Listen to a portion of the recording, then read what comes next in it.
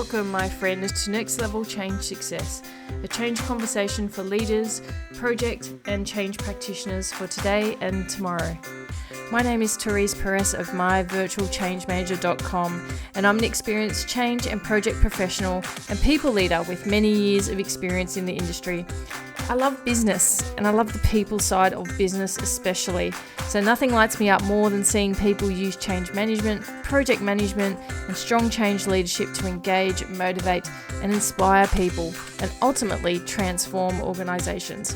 If you've heard about change management and have no idea of what it involves, then you're in the right place. If you know about change management, but you want to take your practices to the next level, then this is where you should be.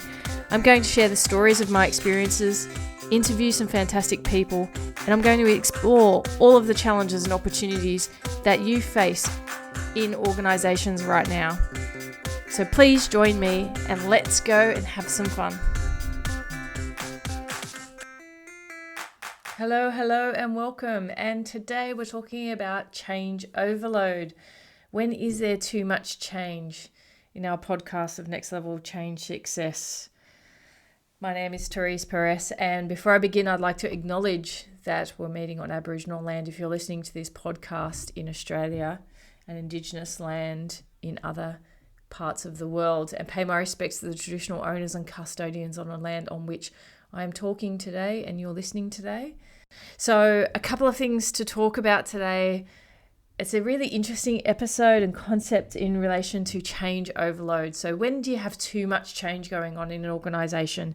And certainly these are discussions that I've had recently, and I would say, more so in this pandemic environment, because whilst we feel like it's kind of over, it really isn't. And the anxiety, the different way of working, the new normal is still trying to figure it out in a lot of organisations. I wonder if it's the same in your organisation at the moment.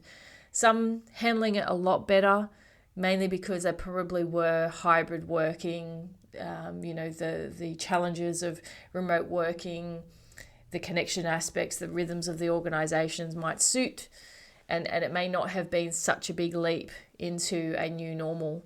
And I think some organisations are still trying to get there. Now, that may be true of your team and organisation. And today what we're going to talk about is the impact of that around this concept of there's just too much change going on. People are fatigued. They may not have come into this year feeling refreshed at all. And now we're kind of into the second half of the year. And in the Southern Hemisphere, certainly we're going through winter, and it has felt like a long winter this year. In the Northern Hemisphere, obviously, you've been enjoying your summer. So hopefully you've made the most of that. And winter takes on a different form now, post-pandemic as well, because there's a lot more illnesses, a lot more different strains of illness, it seems, with the flus going around. And that almost is a new normal. I feel like that whether it's this year or next year, that we're actually going to be experiencing that year on year. And that presents challenges for organisations and businesses that essentially will have high absenteeism because of illness. Or if people are working from home and whilst they're sick, they'll continue to work, which in the long term, there'll be a price to be paid for that as well. So a few things to consider there. Now, one of the aspects of change overload is this concept that a lot of people are talking about, which is cognitive overload, which is it's harder and harder to join the dots for things. So the better change that's rolled out, simple, easy to understand. I understand how this impacts myself. I understand what you need me to do or how I need to either lead the change or be part of the change. And so therefore, it's not something that I'm investing cognitive energy into trying to figure out how this affects me. And so change and the way it's rolled out becomes even more critical around its simplicity and its clarity for the people who are impacted. So it is really, really important that if you're in the change space and you're working on this, or if you're a people leader, you need to think about, let's simplify it, make it easy for people to engage with the change versus create hurdles. And thus, for if your organization's pushing face to face and, the training has to happen, people have to come back into the office, I would really encourage a rethink on that, because that in and of itself places an unnecessary anxiety onto people versus being accommodating and being inclusive and just moving to hybrid for everything. And then saying, what skill sets do we need to actually invest in for hybrid to work so that we can communicate this change and engage on the change more easily if it's an internal change, of course. So that concept of cognitive overload, you really need to consider that. And whether you are from a change perspective, if you're rolling out something, having people have to think too hard about it and work on simplicity, which sometimes it takes time to do that. So that comes down to the factor of, you need to ensure that you're giving enough time for people to unpack the change and to then be able to communicate it effectively, which is really important, especially if you're a decision maker in organisations. You should be really making sure that planning is done and the time is provided to those who are looking to communicate the change. So what are some of the indicators in organisations? So how do you know that you're struggling when it comes to the amount of change in an organisation? Well, the first thing is that obviously a lot of people will actually mention it. And it'll be in your staff surveys. It'll be in the anecdotal noise, I guess, that you consider it to be in organisations. We're trying to do too much, we never do it well, is oftentimes an indicator of that. Also, your people engagement scores and what they look like. So what staff surveys you do in your organisations, there will absolutely be evidence of a sentiment that's sitting there saying, hey, we always try to do too much and it's always hard. And certainly more and more as people are feeling fatigued in their own personal life, that noise is going to be amplified in organisations because of that as well. You'll see that the people indicators, now this is a really interesting space to unpack, the change that needs to happen for the people indicators of organisations. Now in the past, people would say, well, there's probably high absenteeism.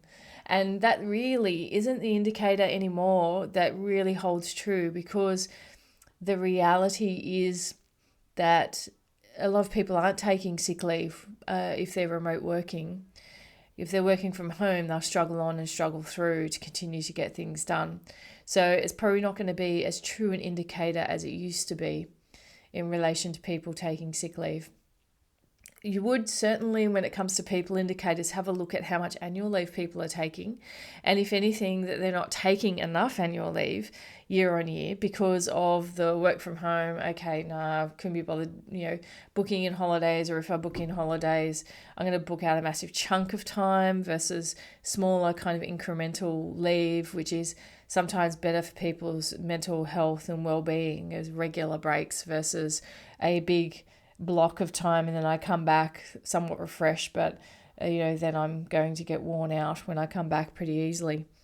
So something to look at around your people indicators, the rhythms and the conflict that might be in the workplace, which is more than normal. And that is a definite stress indicator that you will see in some organizations. Once again, it's a bit of a qualitative measure rather than quantitative. You might say, look, there might be more complaints coming through, or there might be more bullying allegations, that type of thing, but that's not always the case. Sometimes some of the conflict is actually quite hidden in organisations, but it's something that you can see within meetings, the stress, the siloed thinking, that type of thing. So all of that indicators around overload in general, but also change overload if you're looking to transform your organization, or if you're looking to actually make major change in your organization during that time, you really have to consider those factors and as to whether the pacing of change needs to be really reworked to ensure that you're not overloading individuals or leaders in an organization that might be really struggling. Overall, of course, there will be a performance issue when it comes to rolling out too much change. Sometimes heading into, you need to roll out change to actually improve performance gives a sense of urgency for sure, but you have to make sure that the energy behind that change is very clear, well considered, and not fear-based, because it will have the opposite effect. And in fact, sometimes the products or changes that are made as a result of coming from a space of fear are detrimental to an organisation and aren't going to be sustained over the long term because they really were short-term panic type changes versus well considered at the time. So a few things to think about there when it comes to performance, but performance in general. If it's really doing what we call a dead cat bounce versus, which is a share trading term, but it's basically saying it's flatlining, then you really are looking at or a short-term kind of bounce and then that's it. Then you really are looking at having to address things in a different way and introduce change in a different way to be effective. So all of that being said, well, what can organisations do about it? So if you're a decision maker in an organisation, if you're at the table or even if you're informing decision makers on what they can consider, there are a couple of levers that are absolutely sit with the executive teams in organisations, but make decisions that can help affect positive change or effective change. So let me talk through some of these levers. The pacing. Maybe pacing some change in a different way, giving more time to a particular change which is high impact. So ensuring that you're not rolling out another change on top of another change on top of another change when in fact you might have a transformational change that you want to introduce and then there might be continuous improvement changes after that. But you need to give clearance for a major change to be embedded in an organisation and to take effect and be sustainable. So for full adoption to be achieved, you do need time. You need to give people time and space, and decision makers are in control of that lever around ensuring that there isn't more change rolled out until they're satisfied that the change that has been rolled out has been adopted to a sufficient level. And that's really, really important. Now, over time, one of the factors that we've seen, or certainly one of the evidence points we've seen, is that if you change iteratively too much and in different ways versus within a certain theme, so continuous improvement is typically a concept which says you have a process or a product and you're iterating on that, which is a bit of the agile method as well. So you're making iterative change over time, but it's within the same swim lane. So people are very clear. Now that can be a very positive approach and a very effective approach over time. However, if it's almost scattergun, one change after the other, not really themed, not really optimized, you are going to affect the quality as well as then the ultimate outcome in a negative way because it's just too disparate. And a lot of the time that will say that actually strategically we're not really aligned about the changes that we're making. It can be a bit of that reactive space. Too siloed, not optimized enough is going to affect the ultimate outcome. Another aspect that the decision makers have, tools and levers they have, if you're a decision maker, you have in your hands, is to ensure that all change is strategically aligned, that it does line up and the outcomes do line up to the ultimate outcomes of the organisation for the next 12 months or for the next 2 years or wherever that time factor may be. If that is the case, it is easier to communicate, it's easier to get buy-in, it makes sense. And I often say if something doesn't make sense, typically it does not make sense. So you should not have to be unpacking and thinking, how does this all line up? Because it just doesn't make sense. Once again, decision makers, they have those tools and levers in their hands. Now we talked about pace. Certainly the phasing, the strategic alignment all sits with decision makers.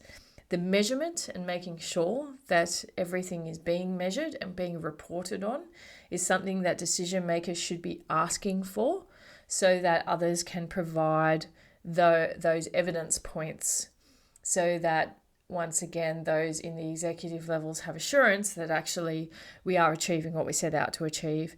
And sometimes it's not the issue or it's not the fault of the decision makers that a change goes in and actually achieves the opposite outcome that they had anticipated, because sometimes without implementing you actually just don't know what's going to be achieved. So important to always, that's why the measures are really critical so that they can learn, adapt and continue to iterate.